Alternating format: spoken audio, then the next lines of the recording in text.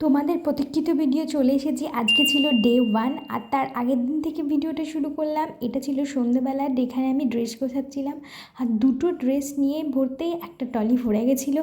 এটা দেখে বলছি আমার অবস্থা দেখ, আরও কত কিছু নিতে হবে। কথায় আছে মায়ের দেখে মেয়েরা শেখে, ঠিক সেরকম আমিও আমার মায়ের কাছ থেকে দেখে এটা শিখেছি। আমি যখন কোনো শুভ কাজে যেতাম ঠিক মা আমাকে এইরকমভাবে করতো, তাই আজ আমি আমার মেয়ের জন্য করলাম। এবার চলো বেরোনোর পালা, কারণ গাড়ি প্রায় চলেই এসেছে। আর যেতে যেতে তোমাদের বলবো যে আমরা শুধু দুজনেই যাচ্ছি, কারণ আমার বর যেতে পারছে না, কারণ 3 দিন ধরে ছুটি নিয়ে এসব অসম্ভব ব্যাপার। আর যেহেতু ফাইনাল ছিল রবিবার, তো রবিবার যাবে। আগেই তোমাদের বলেছি আমরা যেখানে আগে ছিলাম সেখানেই এটা হচ্ছে, মানে এই বিউটি পেজেন্ট শোটা। তাই থাকার ব্যবস্থা মানে বরের অফিসের গেস্ট হাউস ছাড়া উপায় নেই, তাই আমাদেরকে বর নামিয়ে চলে গেল। আর এবার আমাদের রেডি হওয়ার পালা, তাই শীত আমাকে বলছি চলো, নতুন অভিজ্ঞতার সাক্ষী হতে যাচ্ছি আমরা। বাড়ি থেকে বানিয়ে নিয়ে এসেছিলাম, তাই একদমই চাপ ছিল না।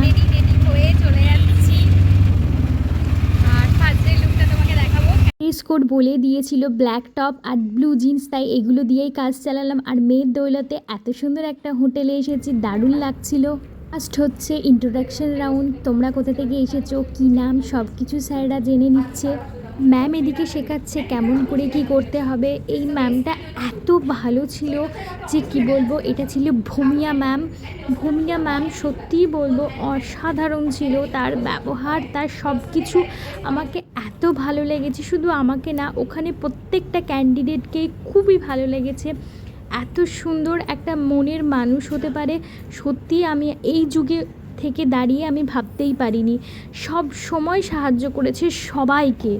আর আমরা এখানে সব বাবা মায়েরা বসেছিলাম আর খুব ভালো করে দেখছিলাম, কারণ বেশিটা শেখাতে হবে আমাদেরকেও। কিন্তু এখানে ফুল ডে, মানে সকাল 10টা থেকে শুরু হয়েছিল আর সন্ধ্যে 7:30 8টা অবধি ক্লাস চলতো। আর এখানে স্যারগুলো দেখাচ্ছে ছেলেদের ওয়াক কেমন হবে, কারণ মেয়েদের ওয়াক আর ছেলেদের ওয়াকের মধ্যে অনেক পার্থক্য আছে, সেটা তো আমি জানতামই না, এখানে এসে দেখলাম। পরে প্রত্যেকটা candidate miss, Mrs, boy, mister, and ছেলেদের মধ্যে ছেলে আর মেয়ে, এদের সব ওয়াক এক এক করে দেখবে তারা কেমন পারছিল। এরকম শ্রীতমার টার্ন চলে এসেছে।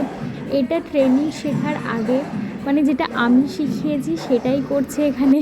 ম্যাম স্যারেরা প্রত্যেকটা টিম ভাগ করে নিয়ে এক এক করে ট্রেনিং দিতে শুরু করেছে। এখানে আমার মেয়েদের এবার পালা এসেছে।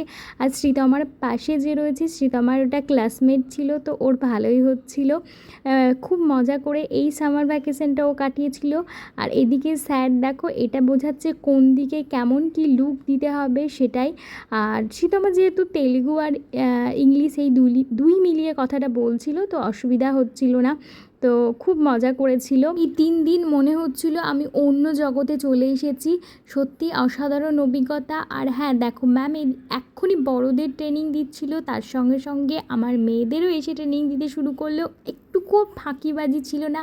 আর মানুষজন এত ভালো ছিল, সকলের মন এত ভালো ছিল যে কি বলবো।